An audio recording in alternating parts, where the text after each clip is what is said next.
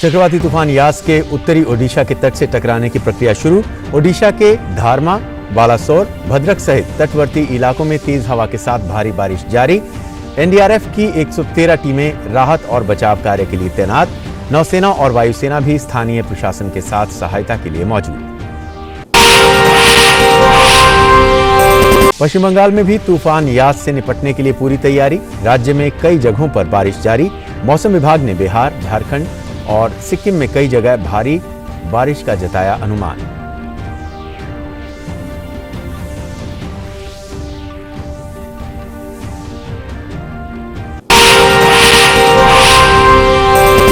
बुद्ध पूर्णिमा के अवसर पर प्रधानमंत्री नरेंद्र मोदी ने किया वैसाख वैश्विक समारोह को संबोधित। कहा, कोरोना महामारी पूरी दुनिया के सामने एक बड़ी चुनौती। भारतीय वैज्ञानिकों पर गर्व, जिन्होंने 1 साल में तैयार की वैक्सीन। कोविड संक्रमण सक्रिय मामलों में लगातार कमी जारी। देश में कुल सक्रिय मामले घटकर हुए 24,95,591। रिकवरी रेट 89% से अधिक। पिछले 24 घंटों में आए 2,08,000 नए मामले सामने, जबकि 2,95,955 मरीज हुए स्वस्थ। भीषण चक्रवाती तूफान यास ओडिशा के बालासोर तट से लगभग 50 किलोमीटर दक्षिण पूर्व में केंद्रित है। तूफान ने लगभग 9 बजे दस्तक दे दी है। मौसम विज्ञान विभाग के अनुसार तूफान के तट से टकराने की प्रक्रिया सुबह लगभग 9 बजे शुरू हुई।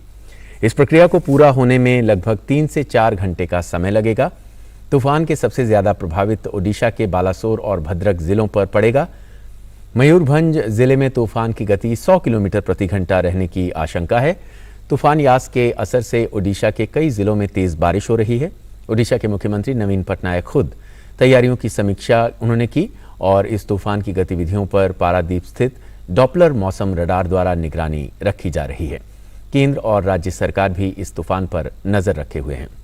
Report of damage to lot of trees have come, but other damages have not yet been reported. And anyway, since 80 kilometer plus wind speed has started from the morning in Balasore area, Bhadrak area, reports will gradually emerge. Right now the peak wind is going, peak wind is blowing, and by around noon we will be able to share further details with all of you.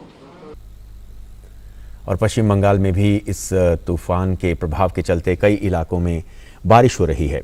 मौसम विभाग ने अनुमान जताया है कि अगले 24 घंटे में पश्चिम बंगाल, बिहार, झारखंड और सिक्किम में बारिश हो सकती है। यास से प्रभावित राज्य सरकारों ने किसी भी आपात स्थिति में इस तूफान से होने वाले नुकसान से निपटने के लिए इंतजाम किए हैं। आपात राहत और बचाव की स्थिति के लिए एनडीआरएफ और नौसेना की टीमें भी तैनात की जा चुकी हैं। Under the influence of this cyclone, there has been heavy to extremely heavy rainfall over coastal Odisha and northern districts of Odisha. This heavy to extremely heavy rainfall activity will continue over North Odisha districts for today. There will be also heavy to very heavy rainfall activity over Gangetic West Bengal districts and South Jharkhand districts today. And tomorrow there could be heavy to very heavy rainfall activity at isolated places over North Jharkhand and Bihar. Today also we can expect isolated heavy to very heavy rainfall over sub-Himalayan West Bengal and Sikkim, and isolated heavy rainfall over West Assam and Meghalaya. The sea condition is phenomenal at present over North Bay of Bengal. This disturbed sea condition will continue till tomorrow morning, and thereafter sea condition will improve for various marine activities. Bengal की खाड़ी में उठे चक्रवाती तूफान यास ने तबाही मचानी शुरू कर दी है। मौसम विज्ञान विभाग का कहना है कि ये यास गंभीर चक्रवाती तूफान में बदल चुका है। ओडिशा और पश्चिम बंगाल में यास तूफान की वजह से कई राज्यों में अलर्ट जारी किया गया है। पश्चिम बंगाल और ओडिशा सरकार ने सुरक्षा को ध्यान में रखते हुए जोखिम वाले क्षेत्रों से 12 लाख से अधिक लोगों को निकालकर सुरक्षित स्थानों पर पहुंचाया है। मौसम विभाग ने अगले कुछ घंटों में तूफान यास के तीव्र चक्रवाती तूफान में बदलने की आशंका जताई है। ओडिशा के भद्रक जिले में तेज हवाएं चल रही हैं और भारी बारिश भी हो रही है। ओडिशा के गंजाम जिले में तेज हवाओं के साथ समुद्र में लहरें ऊपर उठती हुई दिखाई दी और पूर्वी मिदनापुर के हल्दिया में तेज हवाओं के साथ ही समुद्र में भी लहरें उठती नजर आईं। पश्चिम बंगाल के उत्तरी 24 परगना जिले में चक्रवात यास के मद्देनजर मौसम एकाएक खराब हो गया। चक्रवात यास के मद्देनजर पश्चिम बंगाल के कोलकाता में भी बारिश हो रही है। पासा एक्ट के साथ साथ में एक draft Lakshadweep development authority regulation 2021 का अभी अप्रैल के अंदर उसको लाया गया है और उसका 19 मई के लास्ट डेट खत्म हो गया। लोगों को ऑब्जेक्शन मांगे गए, लोगों को ऑब्जेक्शन उसके अंदर कहा गया और इसके अंदर किसी भी व्यक्ति को जहां पर एडमिनिस्ट्रेटर की इच्छा हो तो उसको उसके घर से बेघर करा जा सकता है, उसकी जमीन एक्वायर करी जा सकती है और वहां पर कहीं पर भी उसके ऊपर कोई भी कार्रवाई हो सकती है। कोई भी उसको पकड़ने वाला नहीं है, कोई भी उसको पूछ भी नहीं सकता। ये draft Lakshadweep development authority act ये कहता है। और जैसे मैंने कहा, ये मात्र 30 स्क्वायर किलोमीटर एरिया और 30 स्क्वायर किलोमीटर के लिए 186 पेजेस का ये draft Lakshadweep development authority regulation बनाया गया है, जिसकी कोई वहां पर जरूरत नहीं है। लोग वहां पर इसके खिलाफ प्रदर्शन कर रहे हैं और उनको जबरदस्ती पे उठा करके उन सब लोगों के खिलाफ में केसेस दायर करे जा रहे हैं और ऊपर से पासा एक्ट का और धमकी सब लोगों की दी जा रही है। यही नहीं, वहां पर पूरी कोशिश है कि लोगों की किसी भी प्रकार से उन लोगों की सांस्कृतिक धरोहर को बदला जाए, लोगों के सोच को बदला जाए। ये पूरी तरीके से उनकी एक कोशिश है। ये बड़े दुख की बात है। हमारे जो मछुआरे वहां पर हैं, ये बेपुर पोर्ट जो कि केरल के अंदर लगता है, वहां से लगातार कई सालों से, कई दशकों से, बल्कि कई सेंचुरी से वहां पर जो है वहीं से, उसी जगह से, बेपुर पोर्ट से ही सबके सब व्यापार करते हैं।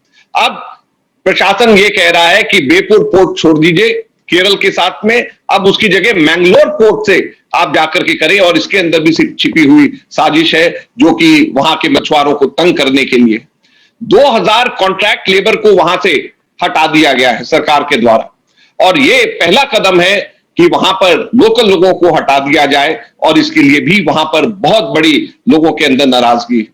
हमारे जो छोटे छोटे मछुआरे हैं, उन लोगों ने अपनी छोटी झोंपड़ियां और छोटे सामान, नेट्स और दूसरे और इक्विपमेंट्स रखने के लिए, मछुआरों के लिए उन्होंने जो लगाए हुए थे, रखे हुए थे कोस्टल एरिया के नजदीक में, प्रशासन उन सबको एक एक करके वहां से हटा रहा है। तो ये वहां के मछुआरे भी शोर मचा रहे हैं, आवाज उठा रहे हैं, लेकिन उनके खिलाफ में भी लगातार कोशिश करी जा रही है, उनको भी दबाने की कोशिश करी जा रही है। तो आज जब पूरे के पूरे साउथ के अंदर, केरल के अंदर मुख्यमंत्री समेत, हमारे खुद के एमएलए समेत, हमारे मेंबर्स ऑफ पार्लियामेंट समेत, कल रात को केसी वेणुगोपाल जी ने, हमारे महासचिव जो ऑर्गेनाइजेशन के इंचार्ज हैं, उन्होंने खुद राष्ट्रपति जी को चिट्ठी लिखी है और उन्होंने कहा है कि एकदम से ये दोनों के दोनों जो ड्राफ्ट रेगुलेशन है इसको वापस लिया जाए और साथ के साथ में इस एडमिनिस्ट्रेटर को वहां से हटाया जाए।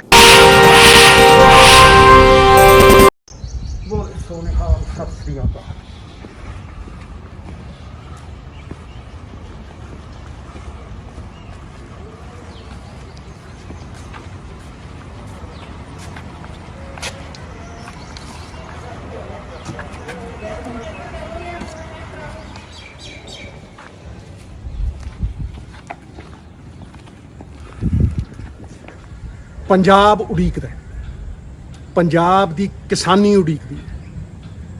कद चलू पंजाब खुद मुख्तियारी दी राह, बाबे नानक दी दसी हुई राह, आपन हथी अपना आपे ही काज संवारिए।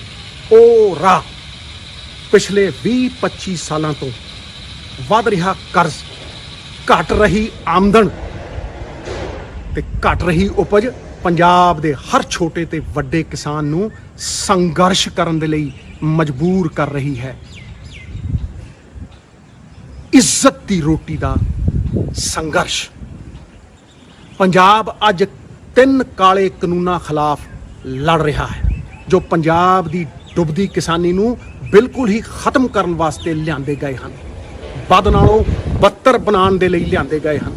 छोटे व्यापारी ते मजदूर दे पेट दे उत्ते लत मारन वास्ते, ओदी रोटी दे उत्ते लत मारन वास्ते लिआंदे गए हन।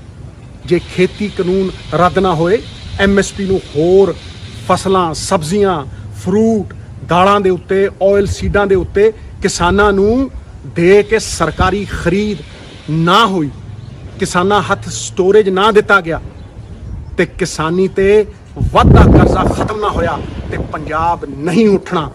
ਪੰਜਾਬ ਦੀ ਤਰੱਕੀ ਦੀ ਹਰ ਰਾਹ ਕਿਸਾਨੀ ਤੋਂ ਹੀ ਹੋ ਕੇ ਜਾਂਦੀ ਹੈ। ਇੱਕ ਕਾਲਾ ਝੰਡਾ ਮੇਰੇ ਘਰ ਤੇ ਇਹਨਾਂ ਕਾਲੇ ਕਾਨੂੰਨਾਂ ਨੂੰ ਠੁਕਰਾਉਣ ਤੇ ਇਸ ਕਿਸਾਨ ਮਾਰੂ ਸਿਸਟਮ ਨੂੰ ਠੁਕਰਾਉਣ ਦੀ ਨਿਸ਼ਾਨੀ ਹੈ ਤੇ ਜਦ ਤੱਕ ਇਸ ਸਿਸਟਮ ਨੂੰ ਬਦਲਾਂਗੇ ਨਹੀਂ ਤਦ ਤੱਕ ਇਹ ਝੰਡਾ ਉਤਰੇਗਾ ਨਹੀਂ। ते शिवावर मोहे है शुभ कर्मन ते कबहू न डरूं अरिसूं जब लाही लड़ूं निश्चय कर अपनी जीत करूं। देह शिवावर मोहे है शुभ कर्मन ते कबहू न डरूं। बोले सो निहाल, सत श्री अकाल।